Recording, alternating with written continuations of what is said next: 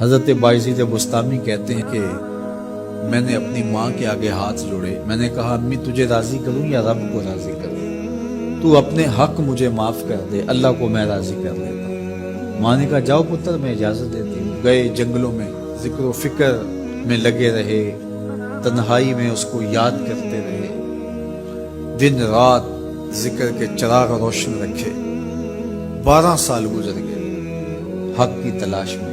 ایک دن واپس بستام کے قریب سے گزر رہے تھے، خیال آیا چلتے چلتے ماں کو سلام کر دیں۔ دروازے کو دستک دینے لگے تو اس خیال نے ہاتھ روک لیا کہ ساری زندگی ماں کو سکھ تو دیا کوئی نہیں، اب دکھ بھی کیوں دینے لگے؟ رات کا ایک پہر بیت گیا ہے، سردیوں کی لمبی رات ہے، ماں بستر میں لیٹی ہوگی، تیرے لیے اٹھے گی، دروازہ کھولے گی، دروازے کے ساتھ ہی لگ کے بیٹھ گئی اور ساری رات کاٹ دی، اس خیال سے کہ ماں کو تکلیف نہ ہو۔ جب سحری کا وقت ہوا تو اندر سے جو نالی آتی تھی اس نالی سے پانی آیا، سمجھ گئے میری ماں تہجد کے لیے اٹھی ہے اور وضو کا پانی ہے، تو فوراً دروازے پہ دستک دی۔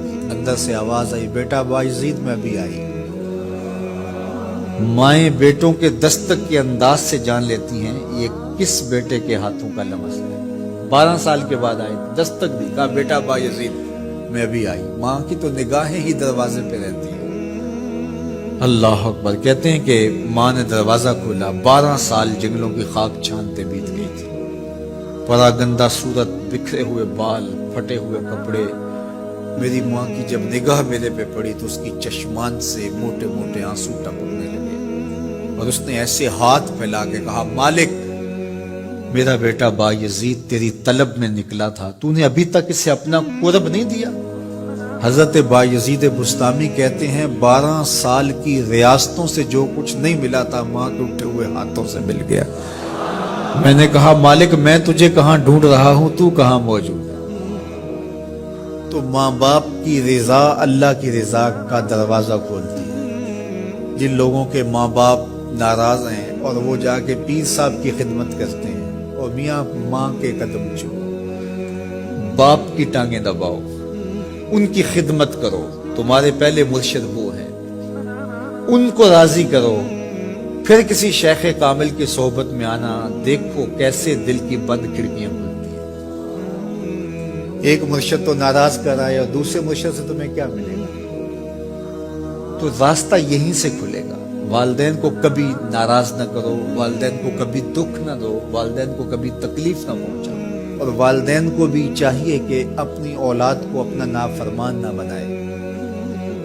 ایک بزرگ فرماتے ہیں کہ مجھے برابر 30 سال ہو گئے ہیں کہ میں اپنی اولاد کو کوئی حکم ہی نہیں دیا، کوئی حکم نہیں دیا۔ کوئی چیز مجھے چاہیے بھی ہوتی ہے تو میں بصیغہ امر نہیں کہتا، بلکہ ایسے ہی بات کرتا ہوں۔ پانی چاہیے تو یہ نہیں کہتا بیٹا پانی لے کر آؤ، میں ویسے ہی کہتا ہوں پیاس لگی ہوئی ہے، تو اگر وہ سمجھ جائے اور وہ خود لے آئے تو اچھی بات ہے، لیکن اگر وہ نہ لائے تو میں نے اس کو حکم ہی نہیں دیا، امر ہی نہیں کیا، تو اس امر کی مخالفت ہی لازم نہیں آئے گی۔ تو کہا 30 سال برابر گزر گئے ہیں، میں نے اپنی اولاد کو حکم نہیں دیا کہ کہیں وہ میری نافرمان نہ ہو جائے، کیونکہ اگر وہ نافرمان ہو گئی پلے کچھ نہیں رہے گا۔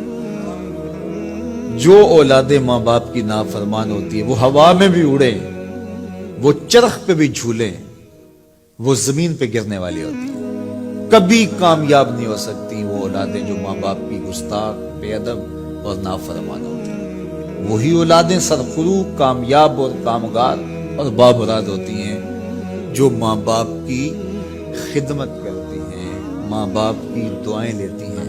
وہ ایک بچہ ماں باپ کے پاؤں دبا رہا تھا تو ایک بچہ ایک بر اعظم میں، دوسرے بر اعظم میں، تیسرے بر اعظم میں بڑے بڑے کاروبار کر رہا تھا، تو کوئی اس کا دوست ملنے آیا، اس نے کہا کہ اس نکمے کو بھی کہیں بھیج دو، فلاں جو ہے وہ یورپ میں ہے، فلاں امریکہ میں ہے، وہاں اتنی بڑی کمپنی اس نے کھولی ہوئی ہے، اس نکمے کو یہاں بٹھایا، اس کو بھیج دو، یہ تو نکمہ کسی کام کا نہیں۔ کہا یہ نکمہ ہی تو میرے کام آ رہا ہے، یہ نکمہ ہی تو میرے کام آ رہا ہے۔ تو اولاد خوش نصیب ہے کہ اپنے ماں باپ کی خدمت کرے اور ان کے ساتھ حسن سلوک کرے.